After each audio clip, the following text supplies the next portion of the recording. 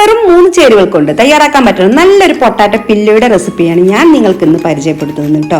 അപ്പൊ അത് കാണുമ്പോൾ പോലെ തന്നെ കുട്ടികൾക്ക് വളരെ പെട്ടെന്ന് ഇഷ്ടപ്പെടുന്ന ഒന്നാണ്. കാരണം അവർക്ക് ഉരുളക്കിഴങ്ങ് വെച്ചിട്ടുള്ള റെസിപ്പികളൊക്കെ ഇഷ്ടപ്പെടൂലേ. റെസിപ്പിയായിട്ട് പോകുന്ന മുന്നേറ്റം ഒരു ലൈക്കും അപ്പം തന്നെ സബ്സ്ക്രൈബും ചെയ്യാൻ മറക്കല്ലേ കേട്ടോ. അസ്സലാമലൈക്കും. ഐസസ് വെട്ടിട്ട് പുതിയ വീഡിയോയിലേക്ക് എല്ലാവർക്കും സ്വാഗതം. എൻ്റെ പേര് ഷാഹിദ.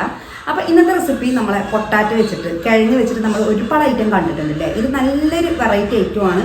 വെറും 3 ചേരുവകൾ കൊണ്ട് നമുക്ക് തയ്യാറാക്കാൻ പറ്റും. നമുക്ക് എങ്ങനെയെന്ന് നോക്കാം. അപ്പൊ ഞാനിതാ 2 ഉരുളക്കിഴങ്ങാണ് എടുത്തിട്ടുള്ളത്. ഇത് എന്ത് ചെയ്യാന്ന് വെച്ചാൽ പുറം നല്ല പോലെ ഒന്ന് കഴുകുക കേട്ടോ. കഴുകിയിട്ട് ഇതുപോലെ ഒന്ന് കട്ട് ചെയ്യാം.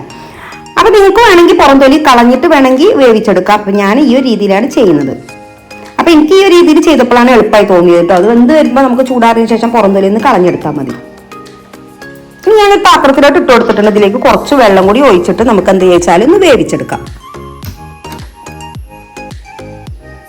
ഇനി ഇതിലേക്ക് ആവശ്യത്തിന് ഉപ്പ് കൂടി ചേർത്ത് കൊടുക്കുക. ഇടക്കൊന്ന് കുത്തി നോക്കുക കേട്ടോ. അപ്പോൾ ഒന്ന് വെന്തിട്ടുണ്ടെങ്കിൽ നമുക്കൊന്ന് വേറെ പാത്രത്തിലോട്ട് മാറ്റാം. ഞാനിപ്പോൾ ഈ ഒരു അരിപ്പിലോട്ടാണ് മാറ്റിയെടുക്കുന്നത്.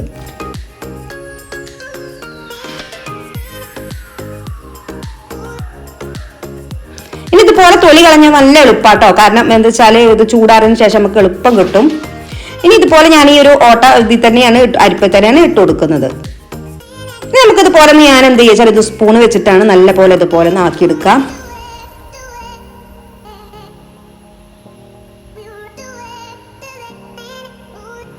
ഇനി ഇതിലേക്ക് പ്രത്യേകിച്ച് വേറെ വെറും 2 ഇൻഗ്രീഡിയൻറ്റ് ഞാൻ പറഞ്ഞല്ലോ, 3 ഇൻഗ്രീഡിയൻറ്റ് മാത്രം മതി കേട്ടോ.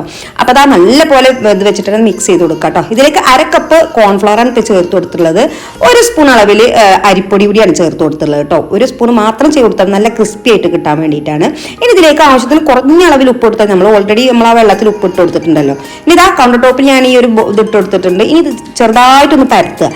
ശേഷം അതുപോലെ കത്തി വെച്ചിട്ട് ഇതുപോലെ ഒന്ന് കട്ട് ചെയ്യാം. ഇനി നമുക്ക് ഓരോന്നും ഇതുപോലെ ഒന്ന് ആക്കിയെടുക്കാം കേട്ടോ. ഇതുപോലെ ഈ വീഡിയോയിൽ കാണുന്ന പോലെ ചെയ്യുക. ഇനി നമുക്ക് എന്താ വെച്ചാൽ കത്തി വെച്ചിട്ട് ഇതുപോലെ ഒന്ന് കട്ട് ചെയ്യാം.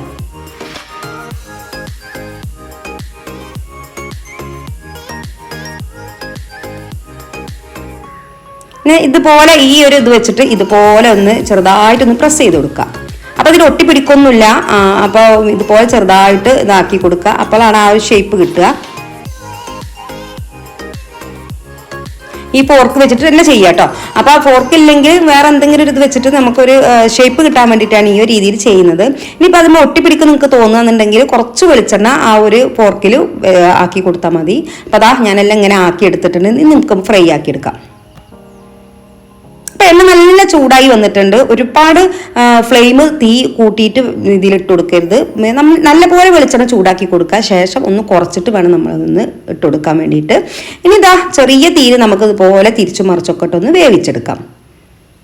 അപ്പോൾ ഇത് പെട്ടെന്ന് തയ്യാറാക്കാൻ പറ്റും കേട്ടോ. നമ്മളെ മക്കൾക്ക് സ്കൂൾക്ക് സ്നാക്കായിട്ട് കൊടുത്തു വിടാം. അല്ലെങ്കിൽ എന്താ വെച്ചാൽ നമുക്ക് വൈകുന്നേരം വരുമ്പോൾ അവർക്ക് ഈവനിങ് സ്നാക്കായിട്ട് കൊടുക്കാം. എല്ലാത്തിനും പറ്റിയ നല്ലൊരു റെസിപ്പി കേട്ടോ. അപ്പോൾ നിങ്ങൾക്കൊന്ന് ഫോളോ ചെയ്യാം. അപ്പോൾ നല്ല ടേസ്റ്റും കേട്ടോ അത് കഴിക്കാൻ വേണ്ടിയിട്ട്. വെറുതെ കഴിക്കാൻ തന്നെ നല്ല ടേസ്റ്റാണ്.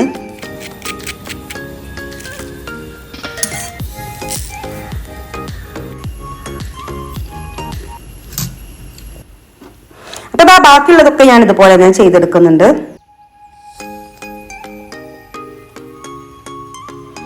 നിങ്ങൾക്ക് എൻ്റെ വീഡിയോസ് ഒക്കെ ഇഷ്ടപ്പെടുന്നവരൊക്കെ ഉണ്ടെങ്കിൽ, ആദ്യമായിട്ട് ചാനലൊക്കെ ഒന്ന് കാണുന്നവരൊക്കെ ഉണ്ടെങ്കിൽ ഒന്ന് പ്ലീസ് ഒന്ന് സബ്സ്ക്രൈബും ഒപ്പം തന്നെ ആ ബെല്ലൈക്കണം എനേബിൾ ചെയ്തേക്കുക. അപ്പോൾ നിങ്ങൾ വീഡിയോ കാണുമ്പോൾ ഫസ്റ്റ് തന്നെ ഒന്ന് ലൈക്ക് കൂടി ചെയ്യട്ടെ. അപ്പോൾ ഞാൻ ആദ്യം പറയേണ്ടതായിരുന്നു കേട്ടോ. അപ്പോൾ നിങ്ങളെ മുഷിപ്പിക്കേണ്ട അതായത് ലാസ്റ്റ് തന്നെ പറയാൻ നിന്നത്.